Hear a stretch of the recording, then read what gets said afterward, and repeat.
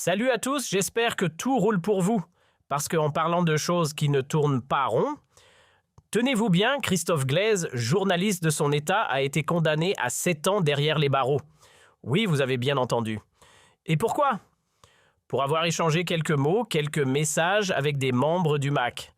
Pas pour un complot, pas pour un attentat, non, juste pour avoir joué son rôle de journaliste. Franchement, comment appeler ça? Une tragédie? Une farce? Moi, j'appellerais ça une aberration judiciaire monumentale. À moins que ce ne soit juste une énorme absurdité politique. Vous choisissez. Franchement, s'il fallait décerner un prix du plus généreux bienfaiteur des cercles hostiles à l'Algérie, je pense qu'Abdid remporterait haut la main.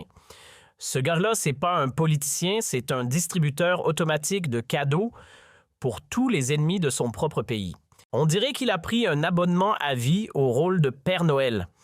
Version spéciale pour les lobbies anti-algériens. Et là, comme par hasard, les fêtes approchent. Ça tombe bien, Abdid, lui, il ne manque jamais une occasion de gâter les cercles politiques, que ce soit à Paris-Rabat ou même à Abu Dhabi. En fait, partout où il y a un groupe un tant soit peu remonté contre l'Algérie, lui, il débarque avec un joli paquet. Le plus ironique, on a des tensions avec la moitié de la planète et ce n'est pas une coïncidence. C'est un service après-vente made in Abdid. Franchement, si notre seul accrochage diplomatique se limitait au Maroc, on pourrait encore faire semblant de comprendre. Mais non, on coche toutes les cases du Sahel aux Émirats en passant par la France, l'Espagne d'hier, une partie de la Libye. C'est presque un exploit d'avoir autant de disputes à la fois. Et devinez qui distribue les munitions à tous ses ennemis déclarés ou discrets. Eh bien, c'est notre président en personne qui, à force de maladresse en série, semble avoir fait de l'erreur stratégique son sport favori. Et comme si ça ne suffisait pas, il y a cette fameuse affaire Christophe Glaise. Grâce à cette condamnation incompréhensible, Bruno Retailleau, ex-ministre toujours prompt à bondir, a eu droit à une belle tribune sur BFM TV, l'une des chaînes les plus influentes en France. Résultat, une pluie d'attaques contre l'Algérie servie bien chaude en prime time.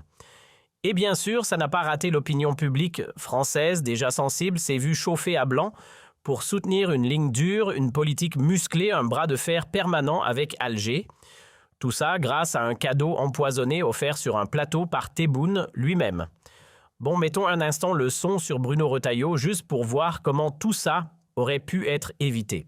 Posez-vous une question simple, sans la condamnation grotesque de Christophe Glaise, sans cet entêtement absurde à le garder en cellule, est-ce que BFM TV aurait tendu son micro à Retailleau pour lui demander ce qu'il pense de l'Algérie? Probablement pas.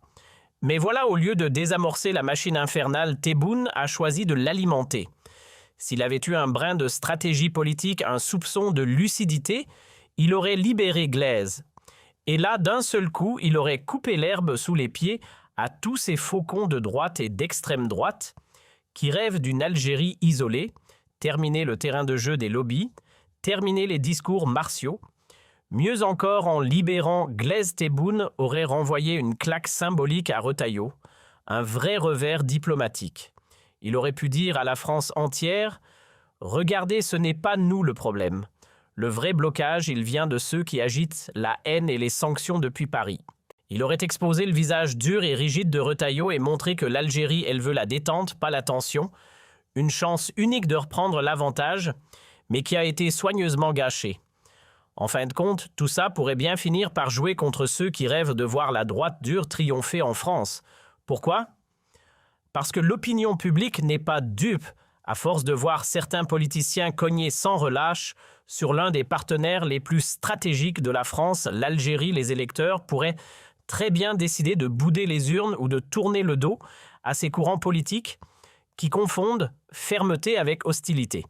Et soyons clairs, quand on tape sur un pays avec lequel on a des liens économiques, historiques, humains si profonds, ce n'est pas seulement l'Algérie qu'on affaiblit, c'est aussi les propres intérêts français qu'on sabote.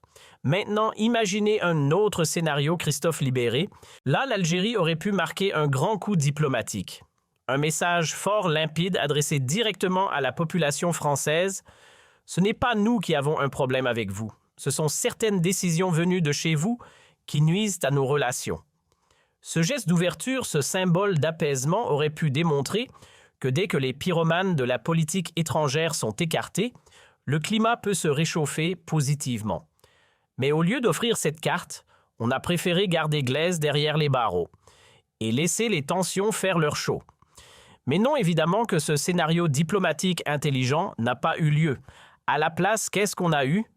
Un joli petit présent offert tout emballé à Bruno Retailleau, qui, fidèle à lui-même, ne s'est pas fait prier pour l'ouvrir en direct à la télé. Il en a profité pour tailler l'Algérie à la hache avec des mots bien choisis, des vérités qui piquent, des pics bien placés. Et soyons clairs, il n'a pas eu à forcer. On lui a servi la cible sur un plateau. Tebboune lui a carrément dit « Vas-y, tape, c'est cadeau ».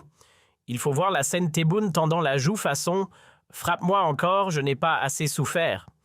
Cette expression biblique « tendre l'autre joue », eh bien là, on y est en plein. Sauf que ce n'est pas du pardon, c'est de la stupidité répétée. À force de bourde en série, on a l'impression qu'il organise lui-même la démolition des intérêts algériens. C'est presque une stratégie, nourrir méthodiquement tous ceux qui rêvent de nuire à son propre pays. Sérieusement, en gardant Christophe Glaise en prison, tu fais quoi au juste? Tu construis une autoroute en or pour la droite radicale et ses alliés les plus férocement anti-algériens. On parle d'un journaliste sportif, pas d'un espion.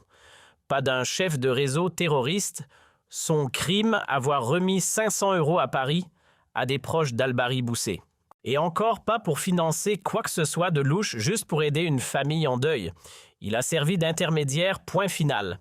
Et ça, on veut nous faire croire que c'est un acte politique, une incitation au terrorisme. C'est du délire. Mais enfin, ouvrez les yeux. C'est quoi exactement son soi-disant méfait? Il a interviewé les mauvaises personnes. Il a transmis de l'argent à une famille orpheline. Il a agi par humanité, pas par militantisme. Quelle faute morale peut-on lui reprocher? Être un journaliste qui fait son travail ou un simple messager au service d'une cause humaine? Si ça c'est du terrorisme, alors on vit vraiment dans un monde à l'envers. Prenons un instant pour écouter ce cher Bruno Retailleau. Ce qu'il a balancé hier, ce n'est pas seulement percutant, c'est révélateur. Ce n'est pas la virulence de ses mots qui frappe le plus, mais la finesse de son positionnement politique. Ce qu'il a dit, c'est une radiographie complète des relations franco-algériennes. Et surtout, ça jette une lumière crue sur les conséquences désastreuses des décisions absurdes prises par Tebboune, notamment celle qui a consisté à transformer l'affaire Christophe Glaise en symbole de dérive diplomatique. Résultat, encore un cadeau involontaire offert à ceux qui se réjouissent de fragiliser l'Algérie. En vérité, il est en train de faire un tort immense à son propre pays.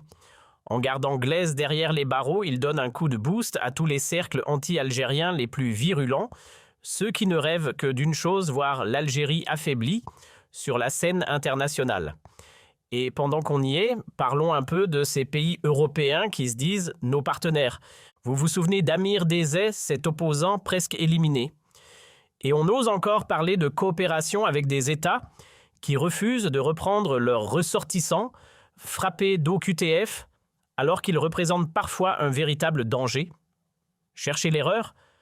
Tenez pour ceux qui doutent encore de l'absurdité ambiante, un Algérien sous OQTF considéré comme extrêmement dangereux a récemment tué un retraité portugais à Mulhouse.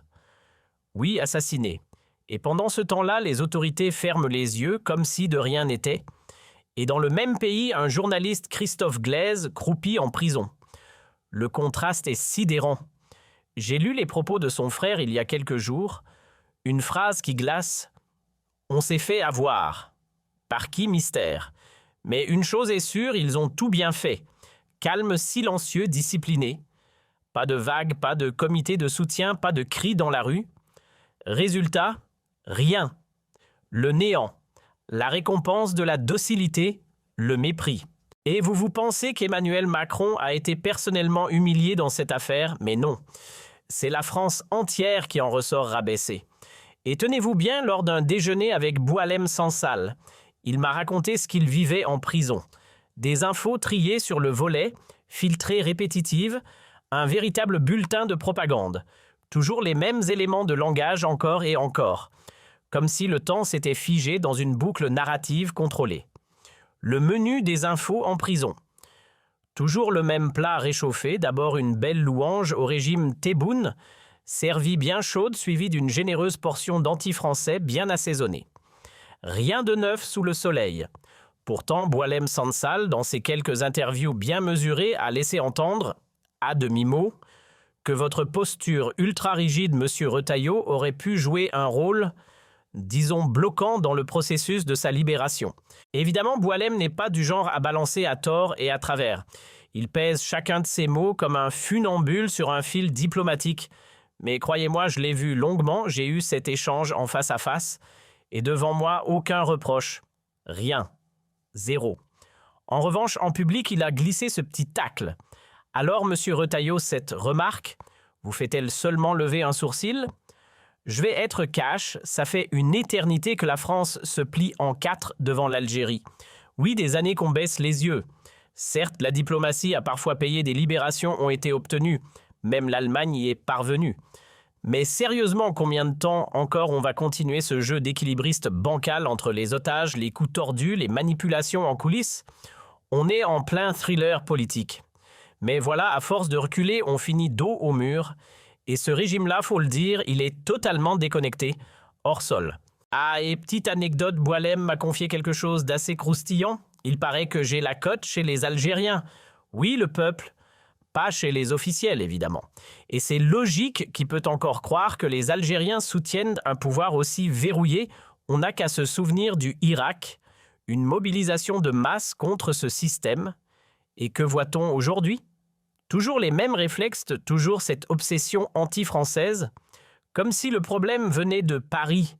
Il est peut-être temps d'arrêter avec cette espèce de relation toxico-dépendante entre Paris et Alger.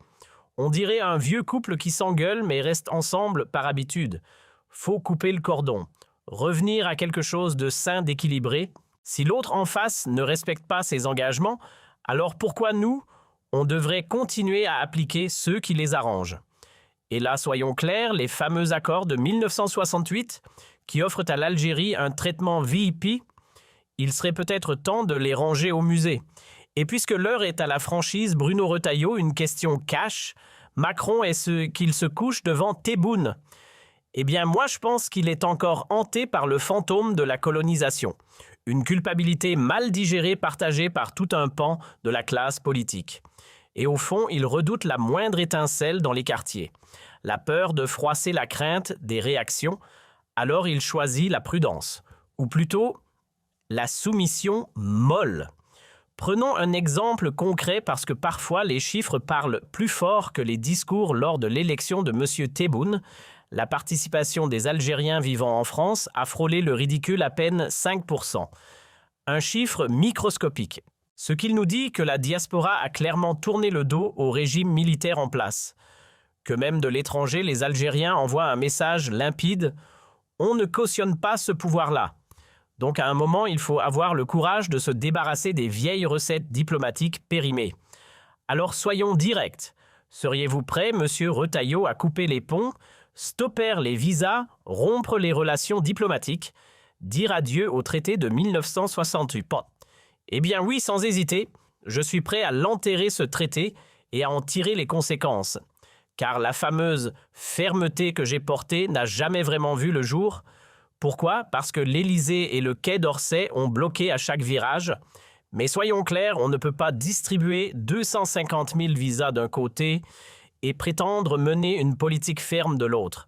Franchement, on ferait mieux de poser le micro ici parce que là, on touche le fond.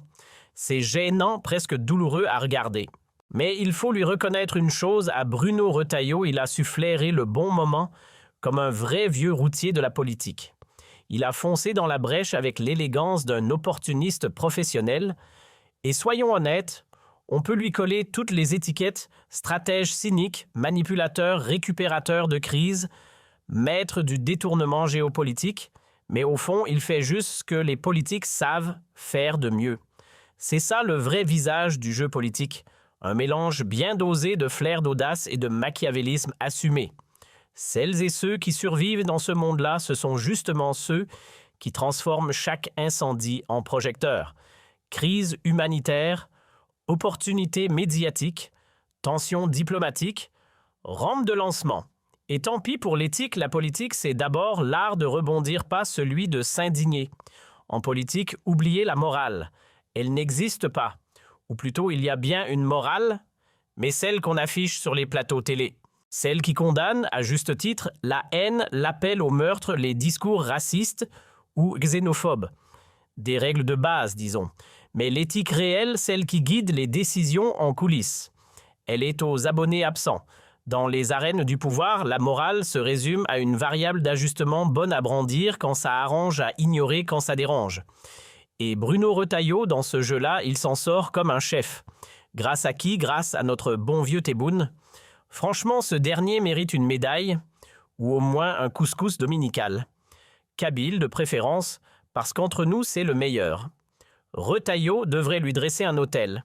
Sans Tebboune et ses boulettes à répétition, il n'aurait jamais eu autant de cartouches pour alimenter son discours anti-algérien. Il faut le dire, Boualem lui tend les munitions, il n'a plus qu'à tirer. Regardez-moi ça. L'affaire Christophe Galtier, à la base purement judiciaire ou sportive, s'est transformée en tremplin politique doré pour Bruno Retailleau. Il a sauté sur l'occasion pour relancer son disque préféré. Vous voyez, je vous l'avais dit, Tebboune, c'est pas un président, c'est un général en costume.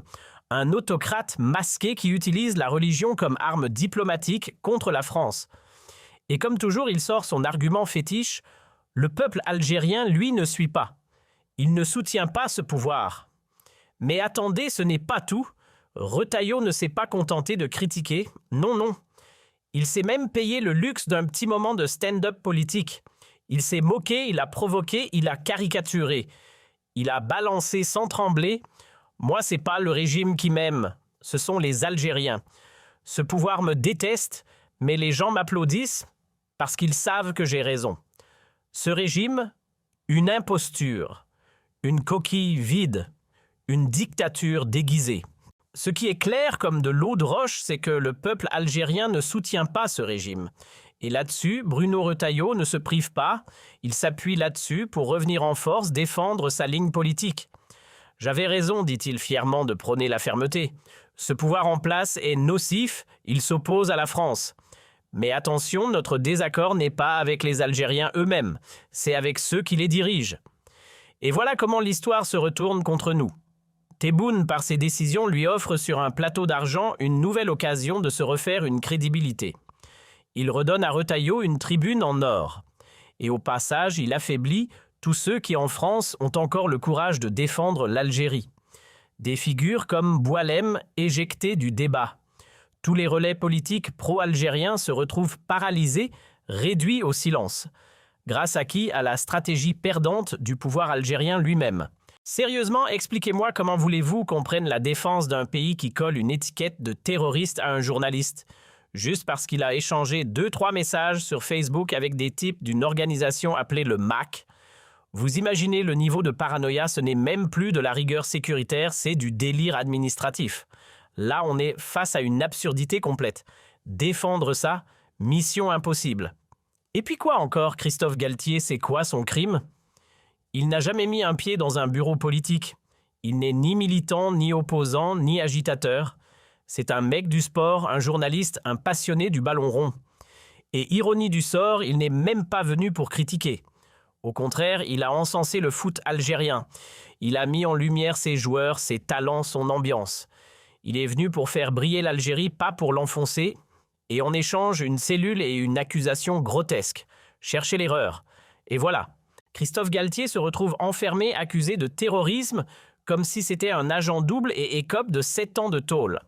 7 ans pour un journaliste sportif. Alors maintenant, posez-vous la vraie question, comment voulez-vous qu'un électeur français, quand il glissera son bulletin dans l'urne lors des prochaines élections, ne se dise pas « Mais enfin, ils ont peut-être raison, ces Retailleau, Le Pen, Bardella, Zemmour. Faut voter pour eux. L'Algérie, c'est devenu une menace. Un pays qui séquestre des innocents, c'est pas un partenaire, c'est une zone rouge. » Certes, certains Français sont encore bien traités là-bas. Bien sûr, on ne va pas nier l'accueil chaleureux de certains Algériens, mais Christophe, lui, c'est un symbole, le type même de l'otage politique. Et à force d'utiliser la détention comme levier diplomatique, ce régime ne fait que creuser sa propre tombe médiatique. Parce que ce genre de diplomatie agressive, absurde et improvisée, ça ne fait pas peur aux États. Mais ça dégoûte les opinions publiques.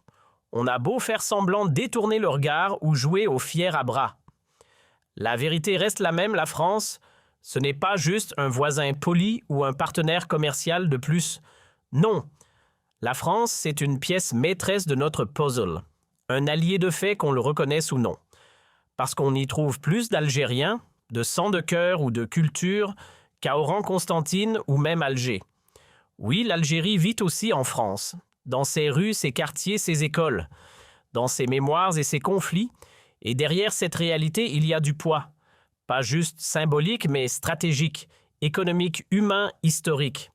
5 millions de liens vivants entre les deux rives, des milliards qui circulent des familles, qui s'entrelacent des histoires imbriquées. Ce n'est pas l'Espagne, ni le Maroc, ni l'Italie, c'est la France. Une relation qui dépasse la diplomatie classique. C'est intime, complexe, parfois douloureux, mais impossible à ignorer. Regardons la réalité en face aujourd'hui des ministres français d'origine algérienne, on en a déjà eu. Et demain, peut-être même un président. Pourquoi ? Parce que la communauté algérienne en France grandit, prend du poids, s'ancre dans le paysage. Elle devient une force démographique, sociale, politique. Et dans ce contexte, qu'est-ce que la logique aurait dicté à Tebboune ? De construire des ponts, pas d'ériger des murs. D'utiliser l'intelligence, le dialogue, la diplomatie d'influence. D'être intransigeant sur les dossiers qui comptent comme pour l'Algérie, oui, mais sans alimenter chaque jour un feu inutile, sans jouer au pyromane diplomatique. Mais lui, il fait exactement l'inverse. Tebboune, c'est devenu le fournisseur officiel de munitions pour l'extrême droite française. Il ne gouverne plus, il distribue. Façon Père Noël. Chaque maladresse, chaque provocation, chaque sortie absurde est un beau cadeau tout emballé pour Bruno Retailleau & Co. Il leur souffle presque à l'oreille. « Tenez, servez-vous. Voici un peu plus de matière pour taper sur l'Algérie, durcir vos discours, enflammer vos électeurs. » Si l'extrême droite cartonne, c'est aussi grâce à lui. Joyeux Noël! Et voilà où on en est, ce conflit absurde avec la France tourne en boucle comme une mauvaise série sans fin. Une querelle ridicule née d'abord du Maroc puis du Sahara occidental et qui, à force d'accumuler les maladresses, dégénère en avalanche de crises inutiles. On navigue de fiasco en fiasco sans cap, sans vision. Mais soyons clairs, aucun de ses prédécesseurs n'a agi comme ça. Même Bouteflika, pourtant loin d'être parfait, savait quand taper du poing et quand relâcher la pression. Il y avait un sens du timing, une lecture stratégique. Là, non. Là, on confond fermeté et entêtement, autorité et gesticulation. Et surtout, il faut arrêter de croire que le chantage fonctionne. Prendre des gens en otage comme levier diplomatique, c'est dépassé. Ça n'a jamais marché et ça ne marchera jamais. Résultat, il s'est couvert de ridicule. Il a perdu la face, tout simplement. Tebboune est passé du statut de chef d'État à celui d'exécutant aux ordres forcé de plier en 48 heures dès qu'un pays hausse le ton. L'affaire Belmadi, aucun bénéfice. Rien à sauver. Juste un énième épisode humiliant. Et voilà qu'avec ses décisions lunaires, Tebboune a réussi l'exploit de transformer Boualem Sansal en véritable icône mondiale de la liberté d'expression. Un homme que seuls quelques cercles littéraires connaissaient jusque-là entre Alger et Paris. Un auteur discret, presque marginal, devient soudain le porte-étendard planétaire de la pensée critique. On dirait un scénario hollywoodien, sauf que c'est Made in El Mouradia. Tout ça pourquoi ? Parce que notre cher Père Noël national, comme j'aime l'appeler, continue de distribuer des absurdités comme on distribue des bonbons. Il serait peut-être temps qu'il range sa hotte, qu'il réfléchisse un peu à ses actes, à moins qu'il ne fasse tout ça sciemment avec une précision chirurgicale pour saboter l'Algérie de l'intérieur. Si c'est le cas, alors là on est sur un autre niveau. Mais bon, j'essaie encore d'être optimiste. Je me dis qu'au fond, peut-être qu'il n'est pas foncièrement mauvais. Peut-être qu'il est juste dépassé, qu'il s'égare, qu'il croit bien faire. Peut-être. Je croise les doigts pour que tout ça ne soit pas volontaire, que ce ne soit pas un plan conscient pour nuire à notre nation. J'espère simplement qu'un jour il aura un éclair de lucidité et qu'il se réveillera enfin. Mais si le réveil tant attendu ne vient jamais, si le locataire d'El Mouradia reste plongé dans son sommeil profond, alors il faudra bien qu'un choix s'impose à ceux qui gravitent autour de lui. On ne peut pas éternellement jongler avec l'impossible. L'heure viendra où il faudra trancher sauver un homme ou sauver toute une nation. Car les deux, soyons clairs, ne sont plus compatibles. Et si l'alternative se résume à garder Tebboune à la tête du pays ou préserver l'Algérie du naufrage, il n'y a pas d'hésitation à avoir. Le pays d'abord. Toujours. Il n'est plus question de préférence personnelle ou de loyauté mal placée, mais de survie. Moi, le choix, je l'ai déjà fait. Mon camp, c'est celui de l'Algérie sans condition. Et je suis convaincu que l'immense majorité de nos compatriotes lucides et amoureux de leur terre choisiront eux aussi leur patrie plutôt que de s'accrocher au rêve bancal d'un chef vieillissant prisonnier de ses obsessions, de ses peurs et de ses caprices. Le moment est venu pour l'establishment, pour les piliers du régime, pour l'armée surtout, de sortir de l'ambiguïté. Fini les demi-mesures. Il faut choisir et vite. L'histoire ne pardonne pas les hésitations quand le destin d'un peuple est en jeu.